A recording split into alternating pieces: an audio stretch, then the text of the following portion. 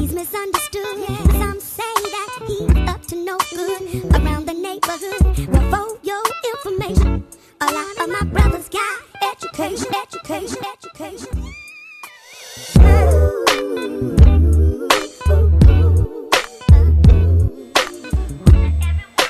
Hello everybody, my name is Joshua Clark. This is episode number 37. This is Desynicism, DESINICISM.com. Today we're gonna look at modernism a little bit once again. Design as a discipline is something that's born out of modernist thinking and ideology, so it really plays a central and I think more appropriately a default role immediately when we start to think about design. Modernist paradigm emerged and crystallized between the wars.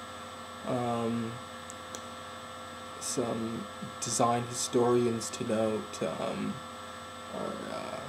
Petrosky, Adrian Forty, as well as Kaufman, who is an architect, Petrosky, who is also an engineer. Most design historians aren't really from the design space, actually. It's a pretty brief history. It's really looking at design as a discipline and not really design, which is really becomes everything, but design, as if you want to get technical, could be max maybe the last 200 years, but as a discipline it's really pretty much maybe the last 50 years or so. So a lot of these design historians are from other disciplines and sort of look at design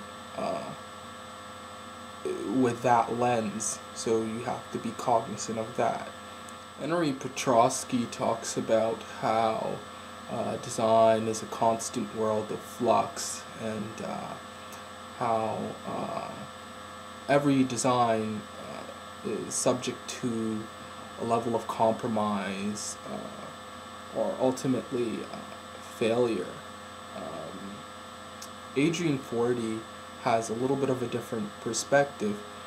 He has two ideas about design. He talks about how design is subject to the evolution of our needs as human beings, and his other perspective is more based on our ingenuity as human beings and our creativity, just wanting to be creative and make things. Forty also very cogently argues about how design ultimately needed a belief system, and this is essentially what modernism provided. However, we talked about how it was probably not the most insightful, and it was narrowly construed in its goals.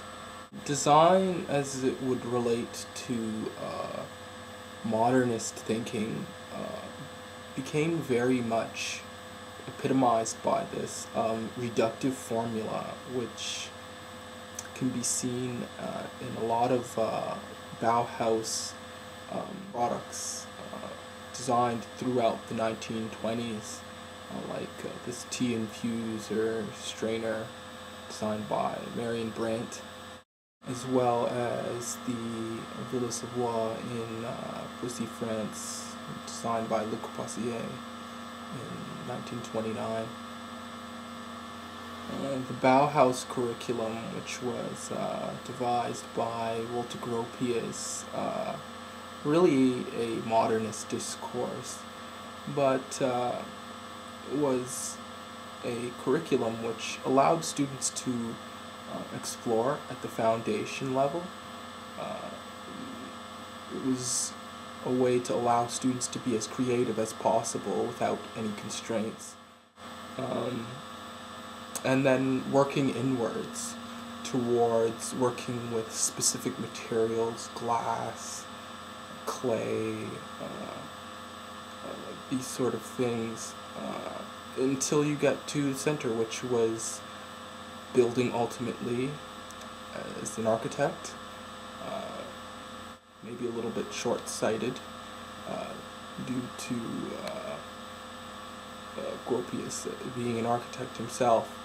Designicism, a fusion of design and cynicism, is a philosophical position which questions the industrial agenda as well as tries to encourage purpose-driven and values-based work within the design community. Designicism.com is a division of Blockaway Innovation and is a global parent and supporter of UNICEF, which strives to ensure health, education, and equality for children everywhere.